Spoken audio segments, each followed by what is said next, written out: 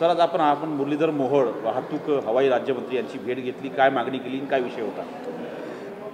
या देशाचे माननीय पंतप्रधान नरेंद्र मोदी यांच्या नेतृत्वाखालच्या तिसऱ्या टर्ममध्ये माननीय मुरलीधर मोहोळजी यांची केंद्रीय हवाई राज्यमंत्री हवाई उड्डयन राज्यमंत्री म्हणून नेमणूक झालेली आहे आणि त्यामुळे आज आम्ही त्यांची माननीय माजी खासदार रामशेठ ठाकूर, माननीय माजी खासदार संजीवजी नाईक, त्याच्यावर आमदार महेश बालदीजी, लोकनेते दिबा पाटील यांचे चिरंजीव सन्माननीय अतुल पाटीलजी, आम्ही भेट घेतली आणि ही भेट घेऊन आम्ही त्यांना लोकनेते दिबा पाटील साहेब यांचं नाव नवी मुंबई इथल्या विमानतळाला द्यावं याच्यासाठीची जी मागणी तिथल्या प्रकल्पग्रस्तांची भूमिपुत्रांची होती ती मागणी आम्ही त्यांच्याकडे केलेली आहे।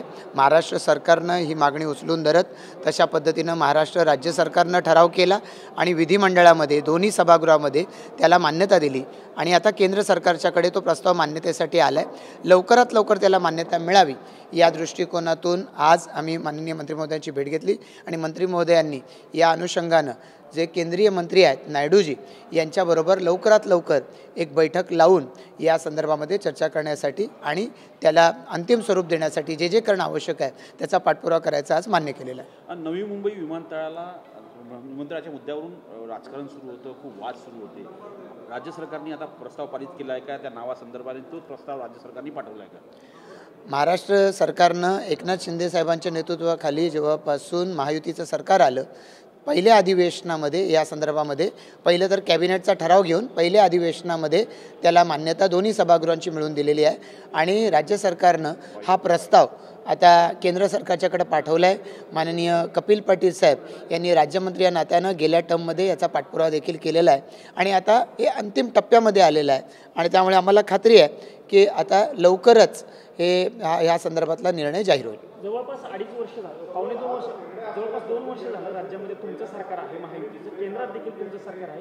वेळ का लागतोय? कारण उद्धव ठाकरेंचं ज्यावेळेस सरकार जात होतं त्यावेळेस हाच आरोप केला होता की शेवटच्या कॅबिनेटमध्ये त्यांनी हा विषय मार्गी लावला, पण तुमचं सरकार येऊन 2 वर्ष झाली, केंद्रात तुमचं सरकार, मग वेळ का लागतो? खरं तर या दृष्टिकोनातून आपण जर पाहिलं तर विमानतळ चालू होणार आहे पुढच्या वर्षी मार्च अखेरीस आणि त्यामुळे या संदर्भात विमानतळाच्या कामामध्ये जेव्हा पूर्णत्वाला येईल त्याच वेळेला त्याचं नामकरणाची प्रक्रियाही सुरू होत असते।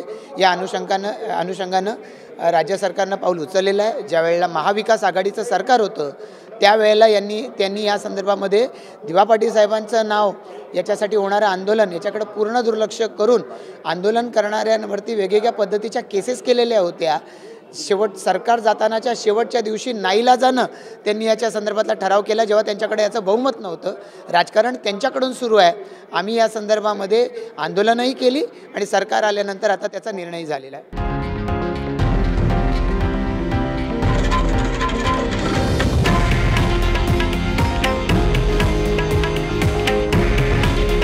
हे आहे देशातील नंबर 1 न्यूज नेटवर्क आणि आपण पाहत आहात TV9 मराठी।